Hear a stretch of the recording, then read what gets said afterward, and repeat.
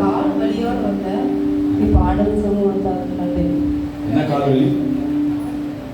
பலவீனமாக இருந்துச்சு. வலி வலி எவ்வளோ நாளாக இருக்கு? நைட்ல இருந்து. நைட்ல இருந்தா கத்தடி விடுதலை கொடுத்தார். கரங்களை தெரியலாமே சொல்லுவாங்க. அப்பா வெளிப்பாடம் கொடுக்கும்போது எனக்கு ரொம்ப கழுத்து வலி தான். என்னால் கழுத்து வலி தாங்க முடியல. ஆனால் இப்போது கழுத்து வலி செய்யணும். ஆனால் கால் தான் வலிக்குது.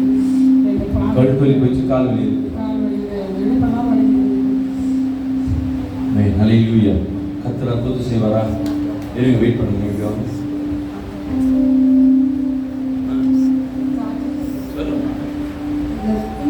எனக்கு ரொம்ப நாளாக வலிச்சு கொண்டு இருந்தது. இப்போ இன்னைக்கு நல்ல சுகத்தோடு இருக்கேன். ஆமென். ஹல்லேலூயா. இயேசுயா. ஒரே வழியாக இருந்து ப்ரே பண்ணுறது கர்த்தர் தொட்டமாக ரெடி இருந்தால் அற்புதமான சோகம் சிந்து வலி இல்லாமல் சோகம் கொடுத்த கர்த்தருக்கு போதான சொல்கிறோம். வச்சுது ஒரே குழப்பமாக இருக்குது. அப்புறம் பாசிலே ஜபம் பண்ணாங்க அந்த வழியில். அப்படியா?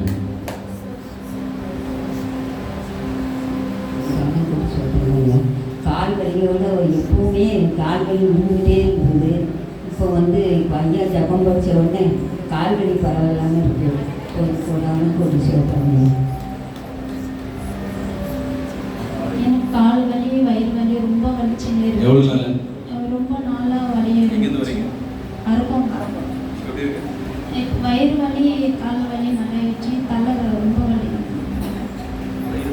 கால் வலி நல்லா ஆயிடுச்சு. தலை வலி அதிகமாக இருக்கு.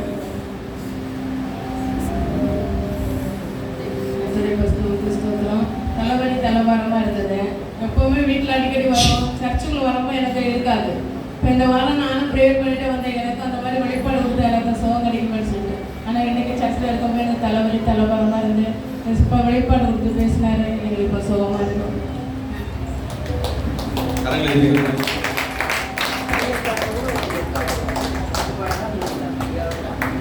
நெஞ்சு வலியாக இருந்தது. அங்கிள் சொல்லும்போது நான் நிற்கவே இல்லை. அப்புறம் திருப்பி அவர் கூடும்போது அந்த இடத்துல சுருக்கு சுருக்குன்னு குத்துற மாதிரி இருந்தது.